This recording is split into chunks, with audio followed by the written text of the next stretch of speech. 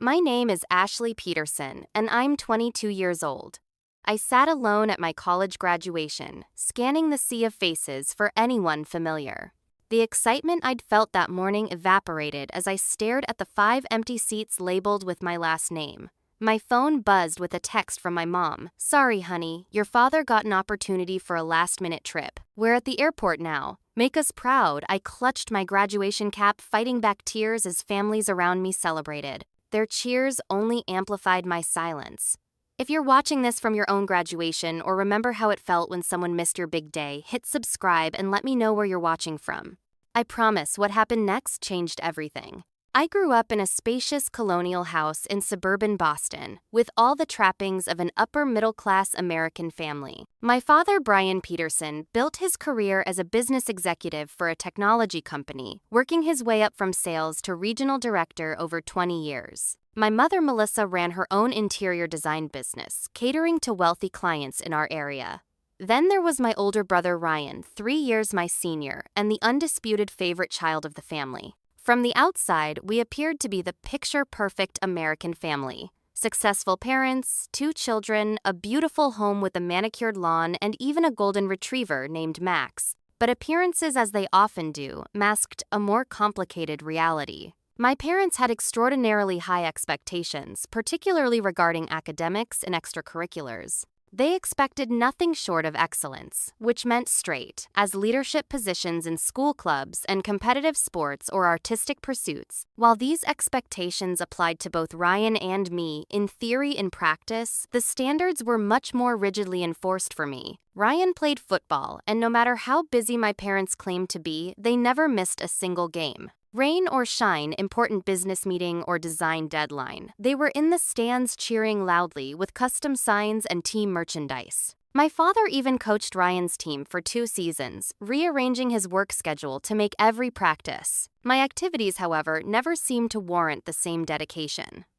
When I was 12, I performed a solo in my dance recital after practicing for months. My parents promised they'd be there, but an hour before the performance, my mother called to say they needed to attend an unmissable networking event. I danced to a half-empty audience, scanning the seats between movements for faces that never appeared. In 8th grade, I won first place at the regional science fair with my project on sustainable energy solutions. I called my parents excitedly to share the news, only to learn they were celebrating Ryan's acceptance to the varsity football team at a special dinner.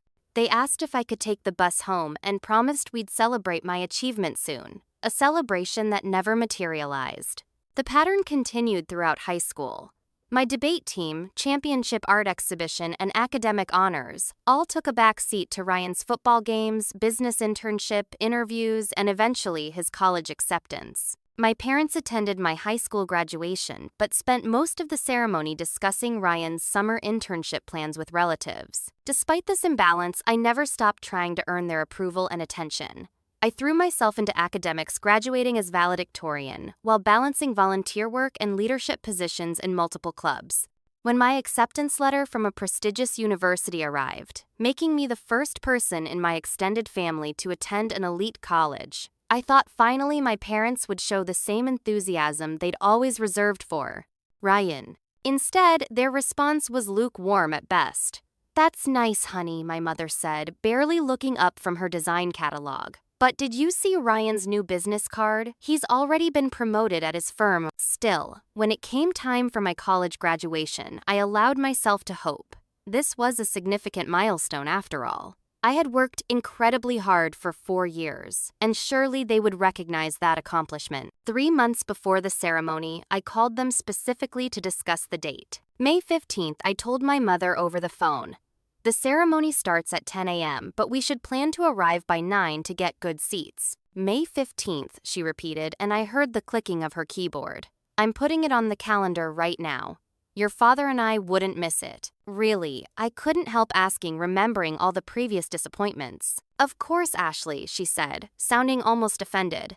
"It's your college graduation. We'll all be there. Me, your father, Ryan, even your grandparents if they're feeling up to the trip." I hung up the phone feeling cautiously optimistic. Maybe this would finally be the moment when my achievements would be celebrated, when my parents would show me they were proud. I marked the date on my own calendar with a hopeful heart, not yet knowing how devastating that day would ultimately become. Unlike many of my classmates, I worked my way through college without financial assistance from my parents. While they could have helped, they decided early on that I needed to learn the value of hard work and independence. A lesson apparently unnecessary for my brother, whose apartment, car, and living expenses were fully covered by my parents throughout his college years and beyond. I juggled 2 jobs alongside a full course load. Mornings and weekends, I worked at a coffee shop near campus, starting shifts at 5 a.m. before rushing to morning classes. Evenings, I tutored high school students in math and science to cover the rest of my expenses. Despite this grueling schedule, I maintained a 3.9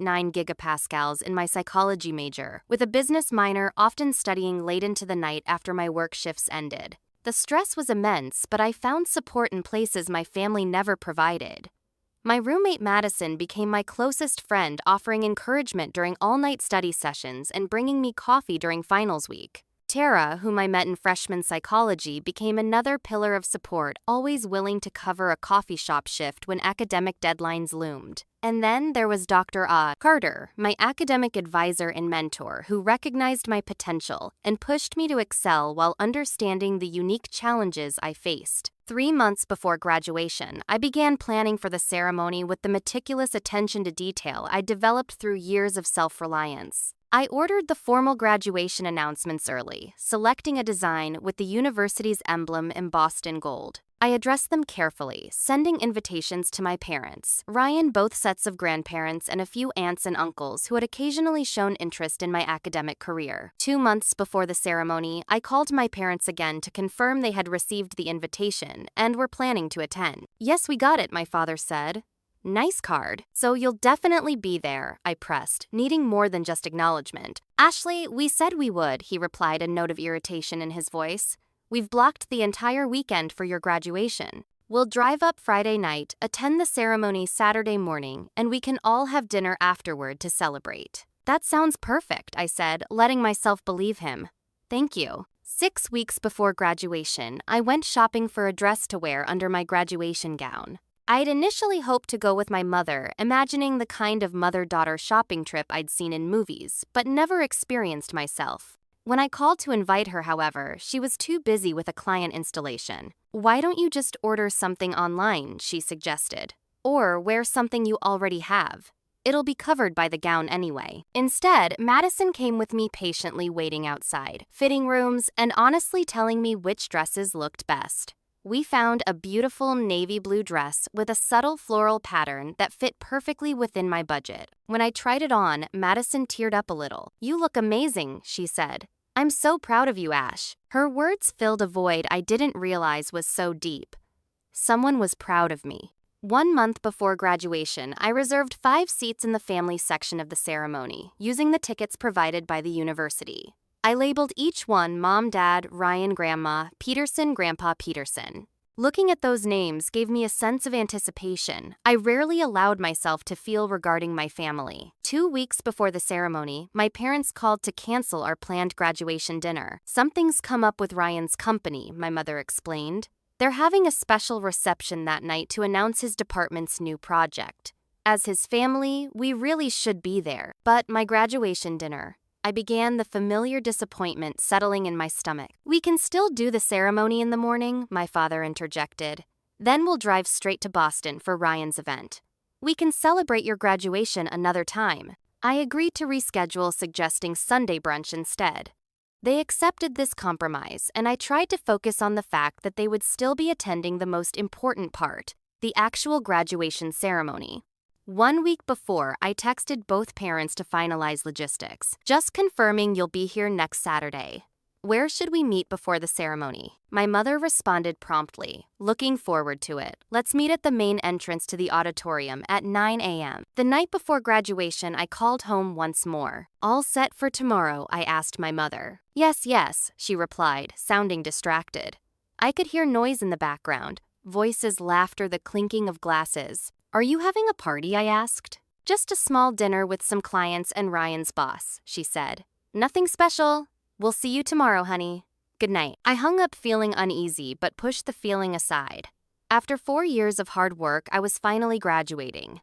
Tomorrow, my family would watch me walk across that stage, and for once, I would be the center of attention. I woke up early on the day before graduation, too excited to sleep in despite having closed the coffee shop the night before. The spring sunlight streamed through my apartment window as I made a cup of coffee and sat down with my checklist for the weekend. Everything was in order. My gown was pressed and hanging on my closet door. My cap was decorated with a subtle design in the university colors, and my new dress was ready. The only variable I couldn't control was my family's arrival. As I sipped my coffee, my phone buzzed with texts from extended family members who couldn't attend. My Aunt Lisa sent a sweet message with flower emojis. "So proud of our college graduate. Take lots of pictures tomorrow." My cousin Sarah wrote, "Congrats, Ashley. First college grad in the family. Wish we could be there." These messages warmed my heart, even though part of me wondered why distant relatives seemed more excited than my immediate family had been. Around noon, Madison returned from her morning class with a small gift bag.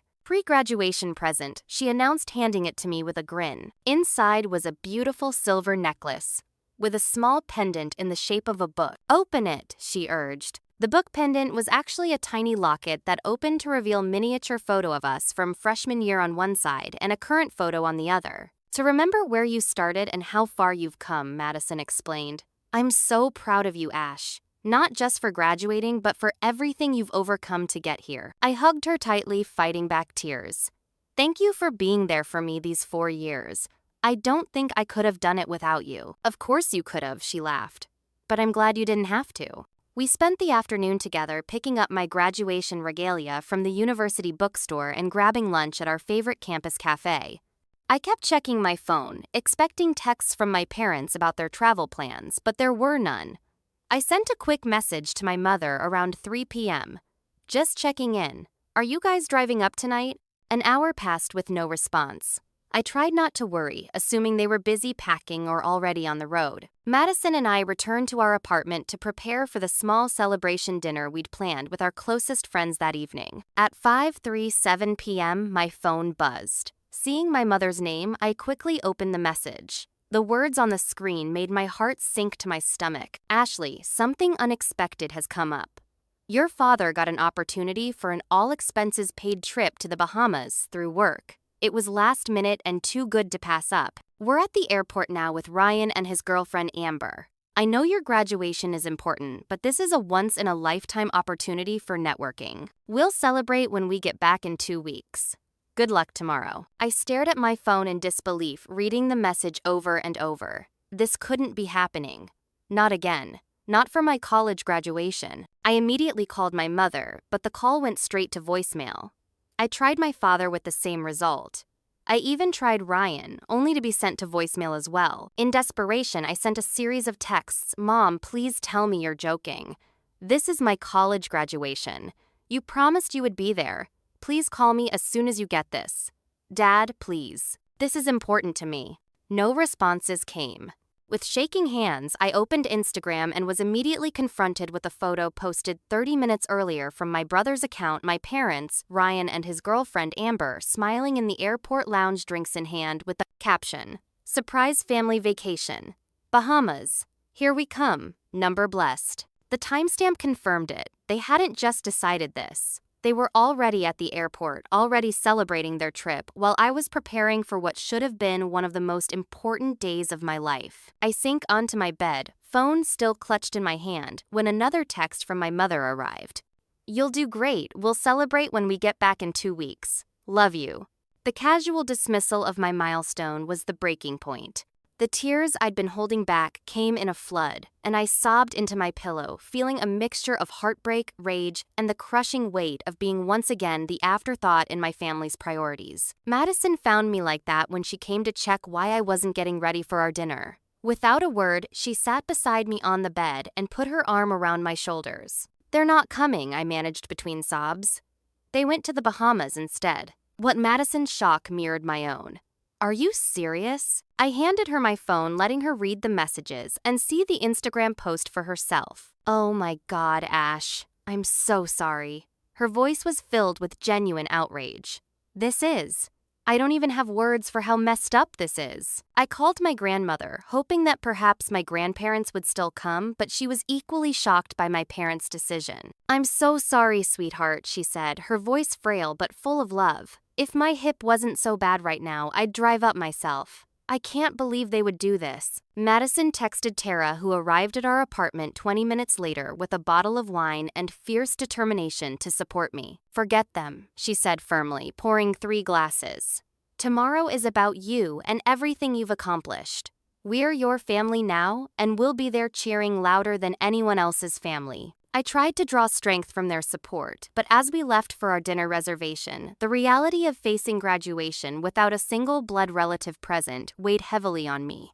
The 5 reserved seats with my family's names would remain empty, a public testament to their absence and my aloneness on a day meant for celebration. The morning of graduation dawned bright and clear, almost mockingly perfect. I stood in front of my mirror in the new navy dress, trying to apply concealer to hide the puffiness around my eyes from crying. My hands trembled slightly as I fastened Madison's necklace around my neck, drawing strength from this token of true friendship. "You look beautiful," Madison said, appearing in my doorway, already dressed in her own graduation gown. "How are you feeling?" "Like I might throw up," I admitted. "Or cry again. Or both." She crossed the room and took my hands in hers. "Listen to me, Ashley Peterson. Today is your day. You worked harder than anyone I know to earn this degree. Don't let them take that away from you." I nodded, swallowing hard against the lump in my throat. "I just keep thinking about those empty seats." "They won't be empty," Madison replied firmly. "My parents are going to sit there. And Tara. And my cousin, who's in town. We'll fill every seat with people who actually care." Half an hour later, Madison's parents arrived at our apartment, bringing bouquets of flowers for both of us. Mrs. Thomas hugged me tightly. "We're so proud of you, Ashley," she said. "Madison has told us how hard you've worked." Mr. Thomas nodded in agreement. "It's a pleasure to be here for your big day." Their kindness nearly undid me again, highlighting, as it did, the stark contrast with my own parents' absence. But I steeled myself, determined to get through the day, with whatever dignity I could muster. We arrived at the ceremony venue an hour early.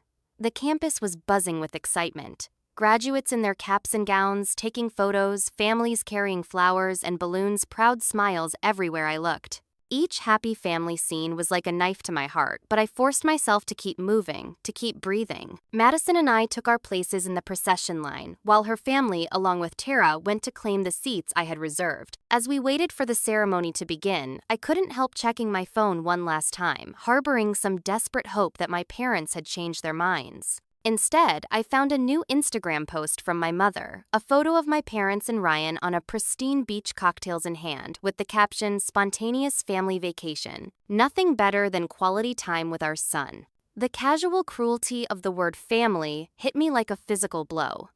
They were a family, father, mother, son, and I was something else, someone who didn't warrant inclusion in that sacred circle. I quickly shut off my phone, unable to bear any more. The ceremony began with pomp and circumstance speeches from university officials and distinguished alumni that washed over me in a blur. I sat rigidly in my seat, focusing on controlling my breathing, on not falling apart in front of 1,000 people. When my row was finally directed to the stage, I walked on autopilot, my mind strangely detached from my body. I heard my name called, Ashley Marie Peterson, Bachelor of Arts in Psychology with business minor summa cum laude, and crossed the stage. In that moment, I instinctively looked to where my family should have been sitting. Instead, I saw Madison's parents standing and cheering wildly, Tara whistling with fingers in her mouth, and Madison's cousin clapping enthusiastically. They had made signs, actual graduation signs with my name, and were waving them proudly. Across the auditorium, I spotted Dr. Carter among the faculty, giving me a supportive smile and subtle thumbs up. These people, none of them related to me by blood, had shown up. They had made the effort. They cared. I accepted my diploma with a smile that felt more genuine than I had expected, buoyed by this realization. Yet, as I returned to my seat, the contrast between their support and my family's absence became even more stark. My phone buzzed in my pocket, and despite my better judgment, I checked it discreetly. It was another Instagram notification. My brother had posted a photo of himself with my parents at what appeared to be a beachside restaurant, captioned "Business Networking in Paradise," with the best parents anyone could ask for. Number blessed number, family first. The hashtag family first sent a wave of nausea through me. The physical pain of betrayal was real, a tightness in my chest, a hollowness in my stomach, a burning behind my eyes. I shut the phone off completely and forced myself to breathe through the remainder of the ceremony. When it finally ended, I moved mechanically through the crowds of jubilant graduates and their celebrating families. Madison found me quickly, pulling me into a fierce hug. "We did it," she exclaimed, but her eyes were searching mine with concern. "Are you okay?" "I will be," I managed, though I wasn't sure if that was true. "Let's find your parents." We navigated through the crowds, stopping occasionally for congratulatory hugs from classmates or photos with friends. Each time someone asked, "Are your parents here?" I felt a fresh stab of pain, answering with a vague, "They couldn't make it," that tasted like ash in my mouth.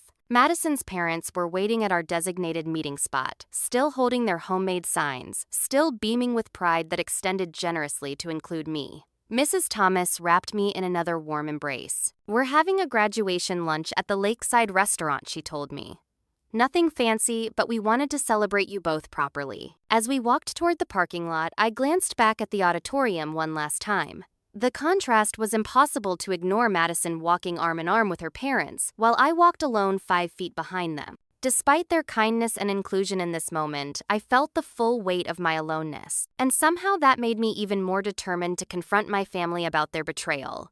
No more accepting their excuses. No more pretending their behavior was normal or acceptable. When they returned from their spontaneous family vacation, we would have a long overdue conversation. The week after graduation passed in a blur of contradictions. On one hand, I was riding the natural high of completing my degree and celebrating with friends who genuinely cared. On the other, I was nursing a wound so deep I sometimes found it hard to breathe when I thought about my family's absence. Madison's parents had hosted a lovely graduation lunch that Saturday, complete with thoughtful gifts and a cake decorated with the university colors. Tara and several other friends joined us later that evening for a more relaxed celebration at our favorite campus pub. Throughout it all, I smiled and expressed gratitude, genuinely touched by their support, while simultaneously aware of the gaping hole their kindness was trying to fill. By Wednesday, I couldn't take it anymore. My parents were still in the Bahamas, judging by their continued social media posts, but I decided I needed to confront them directly. After pacing my apartment for an hour, rehearsing what I would say, I finally called my mother's cell phone. To my surprise, she answered on the third ring. "Ashley, how was graduation?" she asked breezily, as though inquiring about a routine dental cleaning rather than a once-in-a-lifetime milestone. I took a deep breath, trying to steady my voice. "It was difficult, Mom, because not a single person from my family was there." "Oh, honey, we explained about your father's opportunity," she replied, her tone dismissive. "Sometimes these things just happen. I'm sure the ceremony was lovely." "It wasn't just one of those things," I said, my voice shaking despite my best efforts. "You promised you would be there. You confirmed multiple times. You reserved seats, and then you abandoned me for a beach vacation." "That's a bit dramatic, don't you think?" My mother's voice cooled. "It was a business opportunity for your father and Ryan. Very important networking." "I saw the Instagram posts, Mom. It looked a lot more like a family vacation than business." "Well, it was a combination," she hedged. "These business events always have a social component." "When did you actually decide to go?" I asked, suspicion growing. "Because it seemed pretty well planned for something last minute." There was a telling pause before she answered. "Well, the opportunity came up a few weeks ago, but we weren't sure if we could make it work with your graduation. But then the resort offered an amazing package deal, and a few weeks ago, I interrupted. My suspicion confirmed." "So you lied to me. You knew about this trip when we spoke last week when you confirmed you were coming to my graduation." "Ashley, you're making this into something it's not." My mother said, her tone hardening. "Your father works incredibly hard to provide for this family. Sometimes we have to prioritize his career. Ryan understands that. Ryan gets everything." I exploded, years of resentment bursting forth. "He always has. You've never missed a single event of his, but you couldn't be bothered to show up for my college graduation." "Let me talk to her," I heard my father say in the background. There was a rustling sound as the phone changed hands. "Ashley," my father's authoritative voice came through. "That's enough. You're being dramatic and ungrateful. We paid for that university." "No, you didn't," I shot back beyond caring about respectful tones. "I paid for it. Every single tuition payment came from my jobs and my scholarships. I worked 30 hours a week while maintaining a 3.9 gigapascals, and you couldn't even be bothered to show up for 3 hours to watch me graduate." "Don't take that tone with me," he warned. This trip was important for the family's future. Ryan made some valuable connections for his career. What about my future? What about my career? What about the fact that I just became the first person in our family to graduate from an elite university? Does that matter at all to you? There was a pause, then my father said with cold finality, "We'll discuss this when we get home. You're clearly too emotional right now." Before I could respond, my phone buzzed with an incoming text. It was from Ryan. "Stop ruining mom and dad's vacation with your neediness. Not everything is about you." Something in me snapped. After years of accepting less, of making excuses for their behavior, of telling myself that maybe next time they would show up for me, I finally saw the situation with complete clarity. This wasn't a one-time disappointment. This was the culmination of a lifetime of being second best, of having my achievements minimized and my needs ignored. "No," I said into the phone, my voice suddenly steady. "We won't discuss this when you get home. I'm done discussing. I'm done hoping you'll change. I'm done pretending we're a normal family." "Ashley," my father began, but I cut him off. "You have consistently shown me that I don't matter to this family. My graduation was important to me, and you knew that. You promised to be there, and then you chose a vacation instead. Not even a pre-planned vacation, but a last-minute trip that you easily could have declined." "It's just a graduation," my mother's voice came through, apparently on speakerphone now. "You can mail us the photos." Those words, "just a graduation," were the final blow. My entire body went cold. "It wasn't just a graduation to me," I said quietly. "It was the culmination of 4 years of working harder than anyone should have to while pursuing an education. It was my moment to feel proud and accomplished and supported. But you took that from me, just like you've taken so many moments before." "You're being ridiculous," my father snapped. "No, I'm finally being honest," I replied. "Don't contact me when you get back. I need some time to think about whether I want any of you in my life going forward." I hung up before they could respond, then immediately blocked their numbers and social media accounts. The decision felt both terrifying and liberating, like jumping from a great height into unknown waters. I sat on my bed, phone still in hand, shaking with adrenaline and emotion. Madison found me there 10 minutes later when she returned from her part-time job at the campus bookstore. "Ash, what happened?" The story spilled out between sobs. The phone call, the revelation that the trip had been planned weeks in advance, my mother's dismissal of my graduation as just a graduation, and finally my decision to cut contact. Madison sat beside me, her arm around my shoulders. "I'm so sorry they hurt you like this," she said. "But I'm proud of you for standing up for yourself." Later that evening, Tara came over with ice cream and solidarity. "They don't deserve you," she declared fiercely. "Family is supposed to show up." The next day, during my final meeting with Dr. Carter to discuss my graduate school options, I found myself confiding in her about the situation. "I'm not a family therapist," she said carefully, "but as someone who has observed you for 4 years, Ashley, I can say with confidence that you've shown remarkable resilience in the face of what sounds like a toxic family dynamic." "Toxic?" I repeated, somewhat surprised to hear such a strong characterization from my usually measured professor. "Persistent favoritism, consistent dismissal of your accomplishments, repeated broken promises, and now this significant betrayal," she listed. "Yes, I would call that toxic. And your decision to establish boundaries is not only understandable, but healthy." Her validation was like cool water on a burn. For so long, I had wondered if I was overreacting, if I was too sensitive, if I was the problem. Having someone I respected see the situation clearly and affirm my response lifted a weight I hadn't realized I'd been carrying. As May turned to June, I moved out of college housing and temporarily into Madison's apartment while I figured out my next steps. My family continued to email and leave voicemails on my university email and dorm phone, ranging from angry demands that I stop this childish behavior to performative concern about my emotional state. I read or listen to none of them, focusing instead on job applications and healing. But the wounds were deep, and in the quiet moments, I found myself questioning everything: my worth, my place in the world, my right to expect better treatment. The depression that settled over me was like a heavy fog, making even simple tasks feel monumentally difficult. Job interviews became exercises in pretending I was fine when I felt anything but. And then came the final insult. An email from my Aunt Susan expressing concern. "Your parents told us you didn't want any family at your graduation, that you specifically asked them not to come because you wanted to celebrate just with your college friends. But now you're not speaking to them."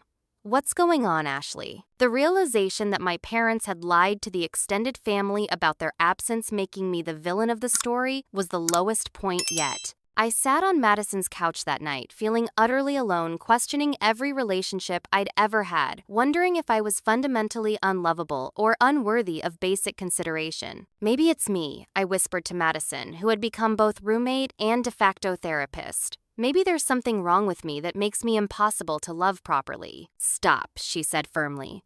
"There is nothing wrong with you. Your parents are the problem, not you. The fact that you've accomplished so much despite their behavior proves how strong and worthy you are." I wanted to believe her, but the weight of 22 years of conditional love and second-class status in my own family was crushing.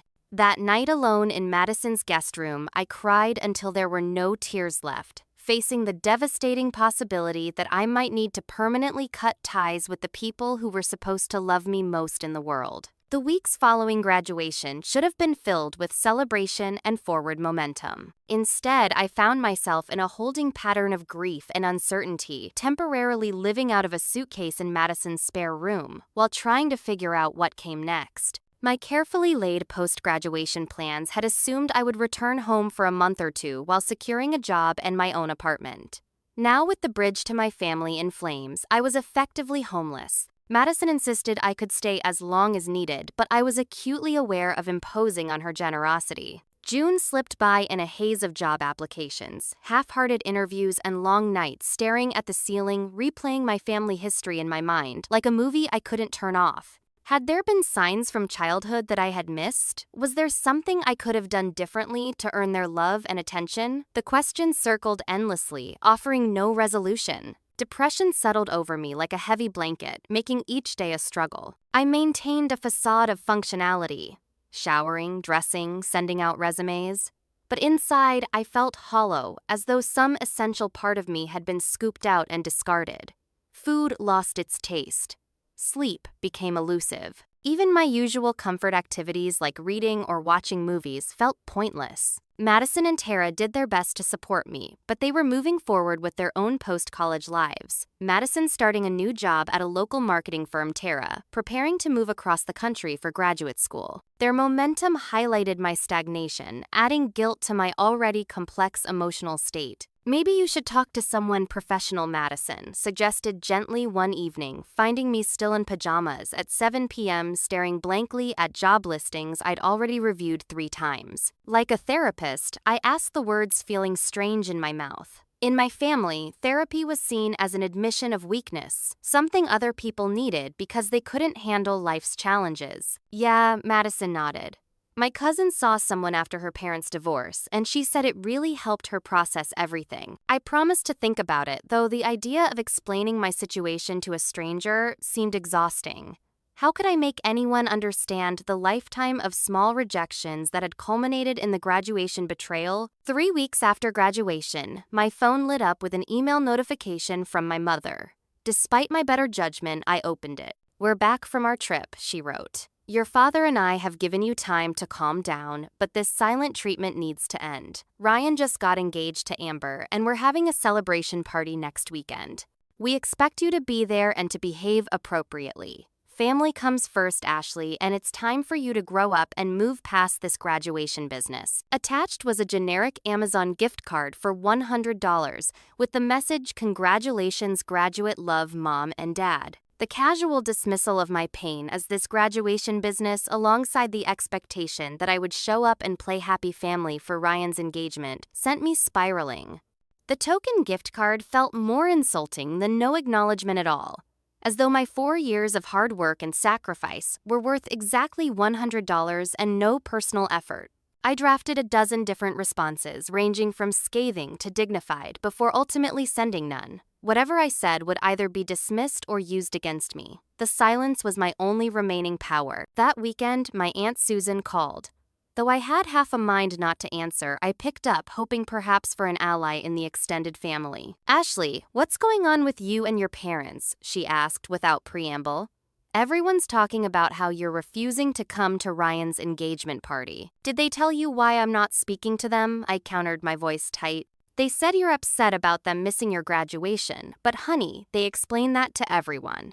Sometimes adult responsibilities mean making tough choices. Did they also explain that they lied to me? That they told me they were coming right up until the day before then, went on a beach vacation instead?" There was a pause. "Well, no," Susan admitted. "They said it was a last-minute business opportunity that couldn't be missed. Check Ryan's Instagram from May 15th, I suggested bitterly. "Doesn't look much like business to me." "Oh," Ashley, Susan sighed. "I'm sure they didn't mean to hurt you. You know your parents love you. They're just, well, they've always been a bit more focused on Ryan. That doesn't mean they don't care." Her casual acknowledgement of what I had experienced my entire life, being secondary to Ryan, was both validating and devastating. So others had noticed. It wasn't just in my head. But apparently it was also considered normal and acceptable. "They told the family I asked them not to come to my graduation," I said quietly. "That I wanted to celebrate just with friends." That was a complete lie. "Oh," Susan sounded genuinely surprised. "I didn't realize." "Ashley, I'm sorry. That wasn't right of them." It was a small vindication, but it opened a floodgate. I found myself pouring out the whole story to Susan. Not just the graduation betrayal, but the pattern of years, the consistent prioritization of Ryan, the broken promises, the dismissal of my accomplishments. "I always knew Brian and Melissa played favorites," Susan said when I finished referring to my parents by their first names. "But I didn't realize how far it went. My sister was always very image conscious, very concerned with appearances. I think Ryan fit the image she wanted to project more easily than you did." "That's not your fault, Ashley." "Then whose fault is it?" I asked, my voice breaking. "Because I've spent my entire life trying to be good enough, to achieve enough, to earn their attention and approval. And it never works." "It's theirs," Susan said simply.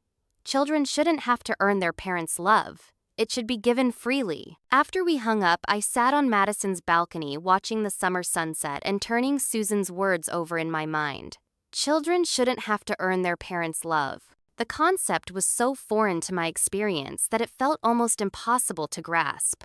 What would it have been like to grow up knowing I was loved unconditionally? How different might I be now? The next day, I received a group text from Ryan to the entire extended family, including me despite my blocked number settings. "Excited to officially welcome everyone to our engagement celebration this Saturday. Can't wait to see all my family in one place." The subtle dig was clear to me, if to no one else. I deleted the message without responding. That night was perhaps my lowest point. Madison was out with work colleagues, and I found myself alone in her apartment, surrounded by my few possessions in bags and boxes without a clear path forward. I scrolled through social media, a masochistic impulse leading me to my mother's profile, where she had posted photos of engagement party preparations with the caption, "Getting ready to celebrate our wonderful son and his bride-to-be number, proud parents. Number family first." The hashtag family first felt like a deliberate knife twist after they had so thoroughly demonstrated that I was not in fact included in that concept of family. I curled up on the borrowed bed in the spare room, crying alone in a way I hadn't allowed myself to do in front of Madison or Tara. The tears weren't just for the graduation betrayal, or even for the lifetime of similar disappointments. They were for the loss of what I had always hoped might someday be possible: a genuine relationship with my parents based on mutual love and respect. In that darkest moment, lying in a borrowed room with my future uncertain and my past in shambles, I confronted the most painful question of all. What if I simply cut ties completely? What if I accepted that the family I had been born into would never be the family I needed, and walked away permanently? The thought was both terrifying and strangely liberating.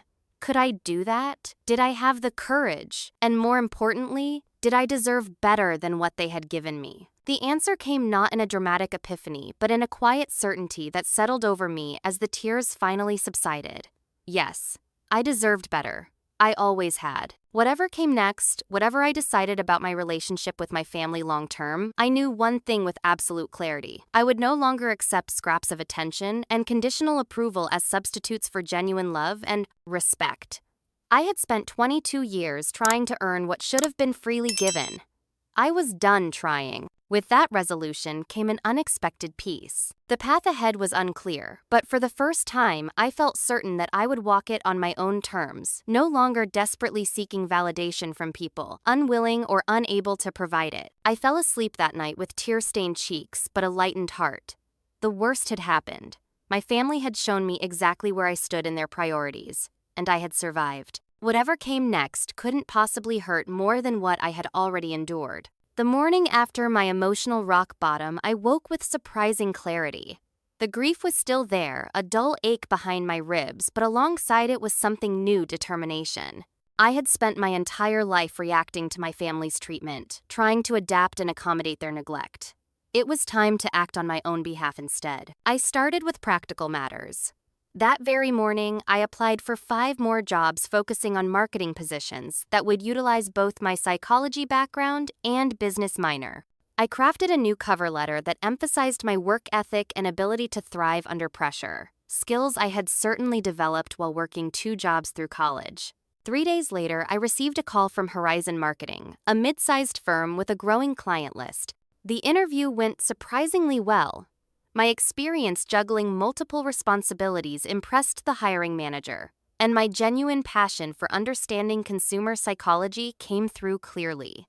When they offered me an entry-level position with a modest but livable salary, I accepted immediately. With a steady income secured, I found a small studio apartment within my budget. It wasn't much, a converted attic space with slanted ceilings and a kitchenette barely big enough for a mini fridge and 2-burner stove, but it was mine.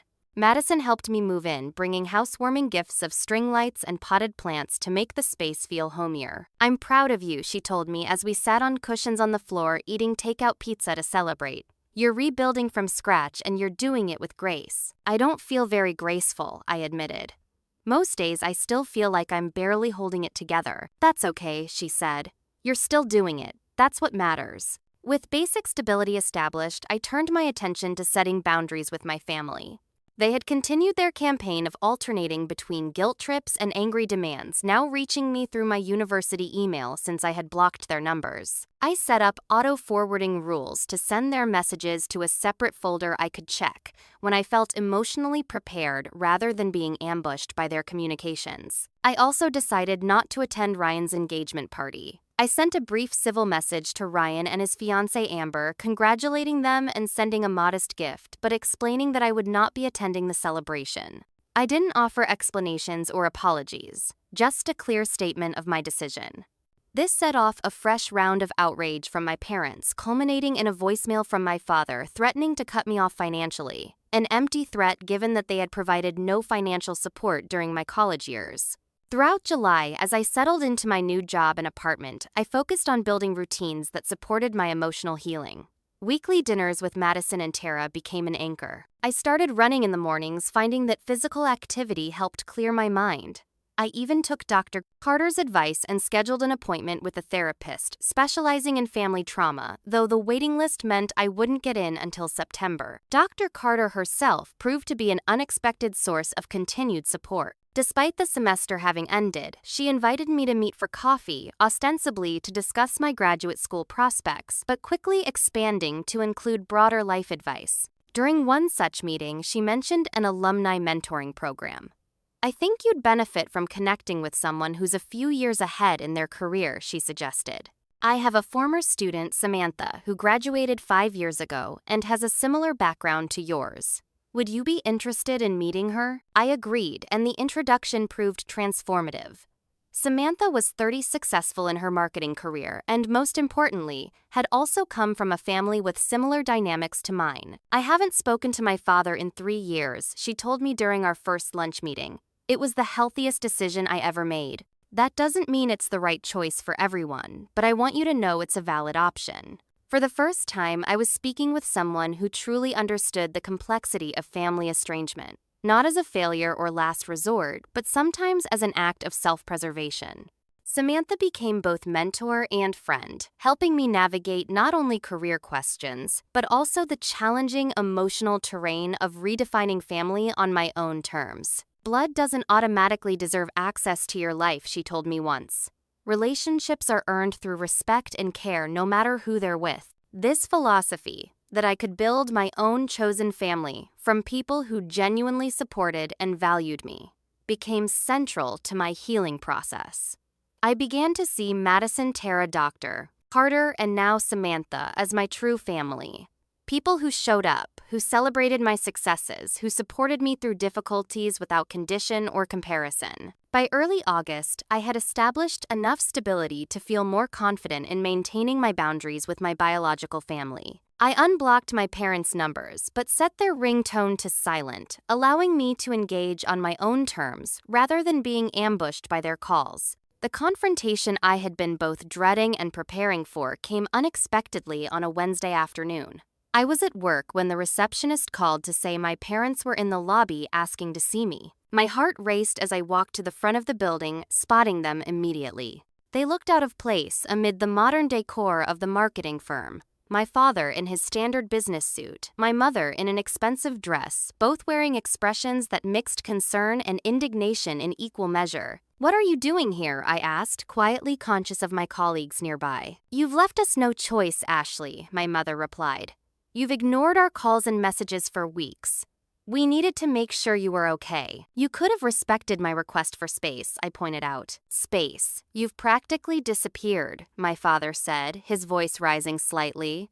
"You missed your brother's engagement party. You're not answering our calls. You moved without telling us where. This behavior has to stop." I took a deep breath, centering myself. "This isn't the place for this conversation. I get off work at 5. We can meet at the cafe across the street then if you want to talk." They agreed reluctantly, and I returned to my desk with shaking hands. I texted Madison immediately. Parents showed up at my job. Meeting them after work. Wish me strength. Her reply was immediate. "You've got this. Remember your boundaries. Call me after, no matter how late." The hours until 5 o'clock crawled by. When I finally walked into the cafe, my parents were already seated, expressions grim. I ordered a tea before joining them, needing the extra moment to compose myself. "You look thin," my mother said, by way of greeting. "I'm fine," I replied. "Why did you come to my workplace? That was inappropriate." "What's inappropriate is cutting off your family," my father retorted. "We've given you time to get over this graduation nonsense, but enough is enough." His dismissal of my pain as nonsense ignited a familiar anger, but this time, instead of letting it consume me or push it down, I channeled it into clarity. "That right there," I said calmly, "is exactly why I needed distance. My college graduation wasn't nonsense. It was important to me. You promised to be there, confirmed multiple times, and then chose a beach vacation instead.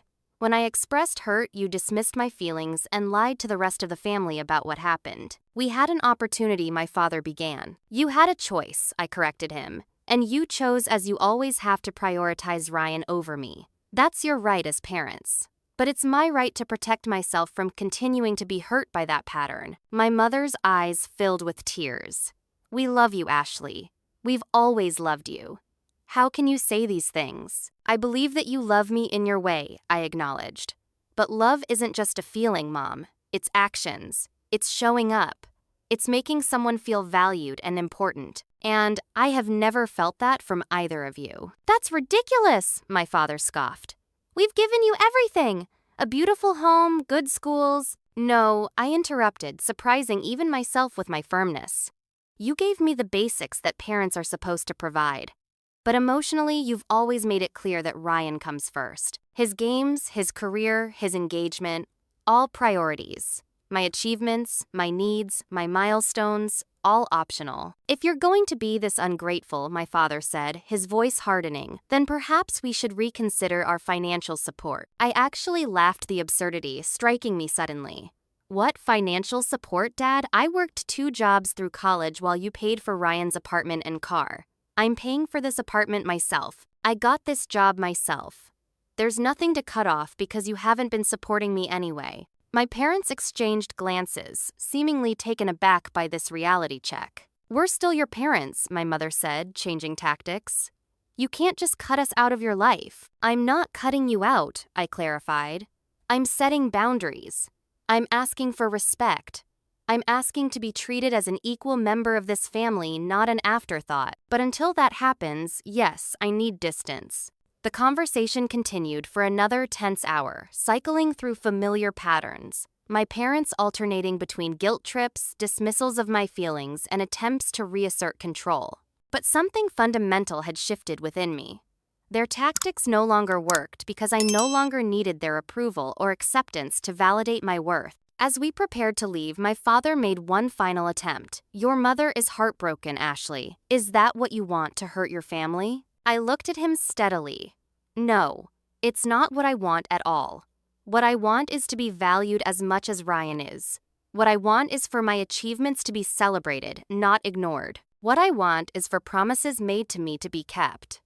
What I want is to be treated with basic respect." "We do respect you," my mother insisted. "Then respect this boundary," I replied simply. "Give me the time and space I've asked for. If you can do that, maybe we can build a healthier relationship eventually." They left dissatisfied, but somewhat subdued by my unexpected firmness. As promised, I called Madison immediately afterward, pouring out the details of the confrontation while walking home through the summer evening. "I'm so proud of you," she said when I finished. "Do you realize how much strength that took?" I didn't feel strong.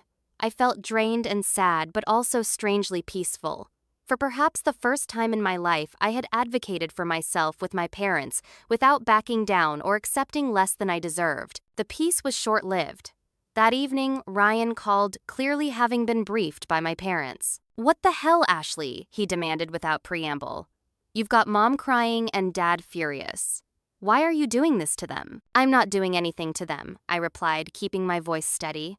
"I'm taking care of myself after years of being treated as less important than you." "Oh, here we go with the poor neglected little sister routine," he scoffed. "Has it ever occurred to you that maybe you're just difficult? That maybe if you weren't so needy and dramatic, mom and dad wouldn't have to spend so much energy on you?" His words hit like a physical blow, confirming my worst fears about how my family viewed me. But instead of crumbling, I found clarity. "Ryan, I'm going to say this once," I said quietly. "I'm happy for you and your engagement. I wish you well. But I will not allow you or anyone else to make me feel like asking for basic consideration is being needy. I'm done with that narrative." Whatever he dismissed. "Just fix this situation with mom and dad.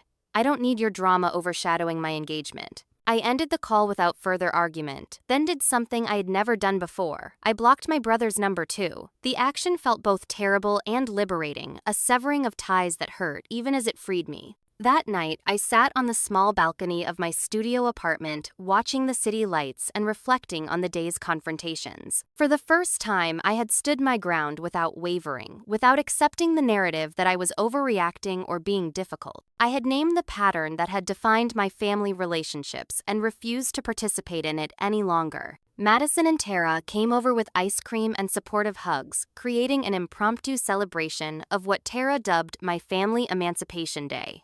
As we talked and laughed into the night, I realized that this chosen family of friends who showed up consistently with love and support was what family was supposed to feel like. The path ahead was still uncertain, the wounds still fresh, but I had taken the first crucial step toward healing. I had stopped accepting scraps of attention and started believing I deserved a full place at the table. Whatever relationship I ultimately built or didn't build with my biological family, it would be on terms that honored my worth rather than diminished it. 6 months after graduation found me in a place I could scarcely have imagined during those dark days of May and June. The small studio apartment had become a true home, decorated with plants, art prints, and photographs of my chosen family. My entry-level position at Horizon Marketing had already led to increased responsibilities as my psychology background proved valuable for client research. Most importantly, I had developed new traditions and support systems entirely separate from my biological family. Sunday brunches with Madison became a weekly ritual even after she moved in with her boyfriend. Monthly dinner parties with a rotating group of friends and colleagues created a sense of community. Samantha continued her mentorship, now formalized through Doc Carter's alumni program. with regular coffee meetings to discuss career development and life balance. The therapy I had begun in September was perhaps the most transformative element of my healing journey. Dr. Winters specialized in family trauma and helped me understand that the dynamics in my family weren't my fault, that I hadn't been too needy or too sensitive as I had been told, but rather that the consistent favoritism towards Ryan had been genuinely damaging. What you experienced is called differential parenting, she explained during one particularly illuminating session. When it's severe and persistent, as in your case, it can lead to significant emotional harm to the less favored child. Your feelings of inadequacy, your drive for perfection, these aren't character flaws. They're normal responses to abnormal treatment. With her guidance, I began to untangle my self-worth from my parents' validation. I recognized how my academic achievements had been partly driven by a desperate desire for their approval. An approval that never came no matter how high my GPA or how prestigious my university. The goal isn't to stop achieving, Dr. Winters clarified when I expressed this realization. It's to achieve for the right reasons.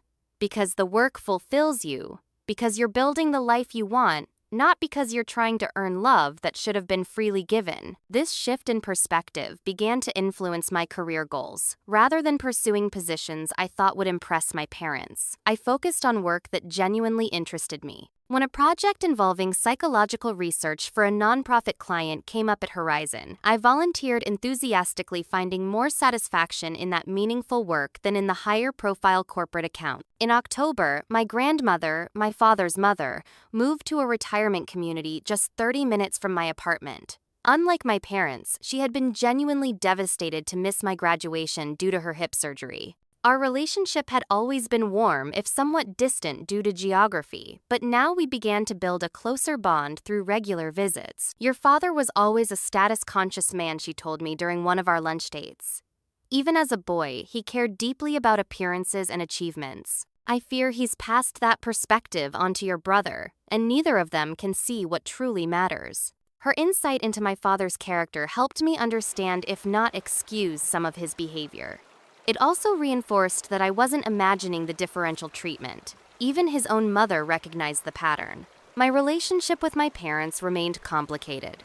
After the confrontation in August, they had reluctantly respected my request for space for about 3 weeks before resuming contact attempts. Rather than showing up at my workplace again, however, they sent a letter, an actual handwritten letter, expressing a mixture of confusion, hurt, and tentative acknowledgement that perhaps they had taken me for granted at times. It wasn't the full recognition of the pattern I had named, nor was it a genuine apology for the graduation betrayal specifically, but it was more reflection than they had ever shown before.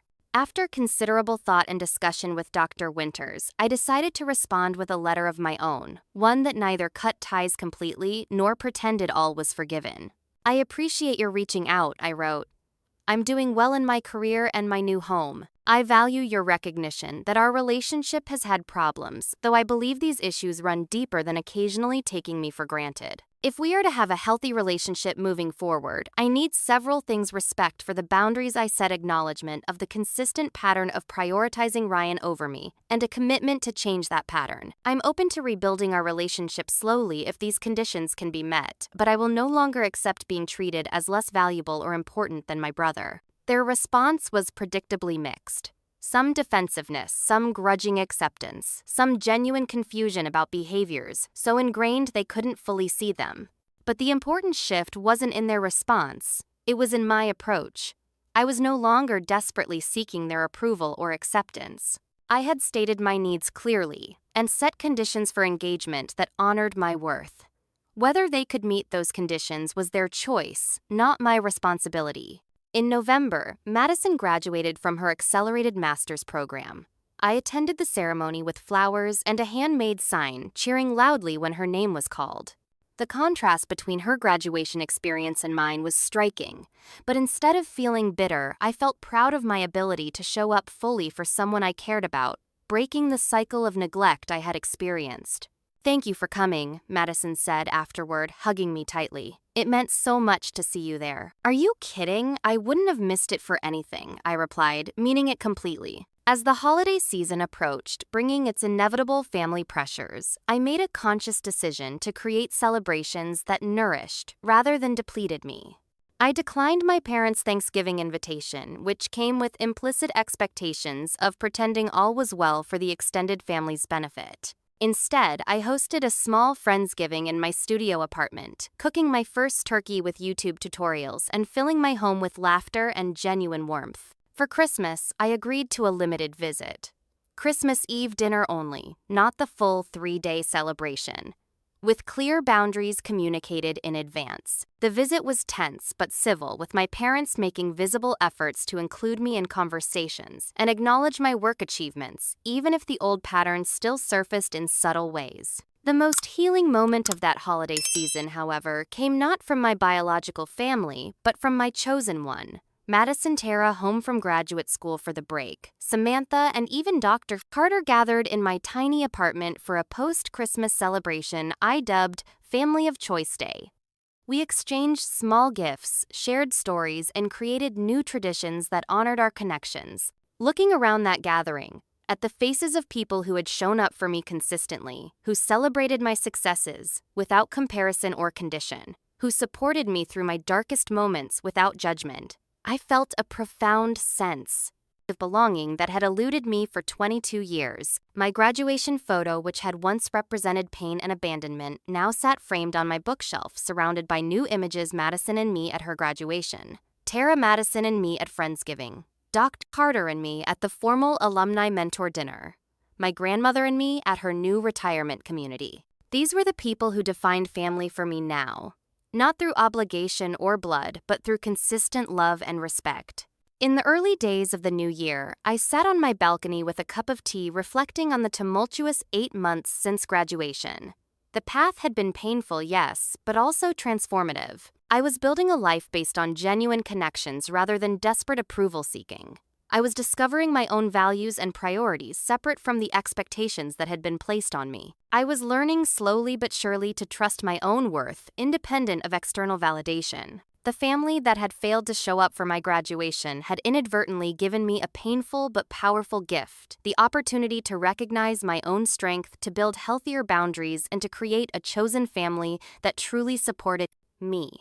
The empty seats at my graduation ceremony had represented absence and betrayal, but they had also created space for new presences in my life, people who showed up not out of obligation but out of genuine care. As I look toward the future now, I no longer measure my worth by my family's approval or attention. I know that blood ties don't automatically equate to healthy relationships, and that sometimes the family we build is more nurturing than the family we're born into. This understanding doesn't erase the pain of what happened, but it does transform it into something meaningful, a catalyst for growth rather than just a wound. If you're watching this and struggling with similar family dynamics, know that you're not alone. The family that matters is the one that shows up, not just for graduations, but for all the moments that matter in between.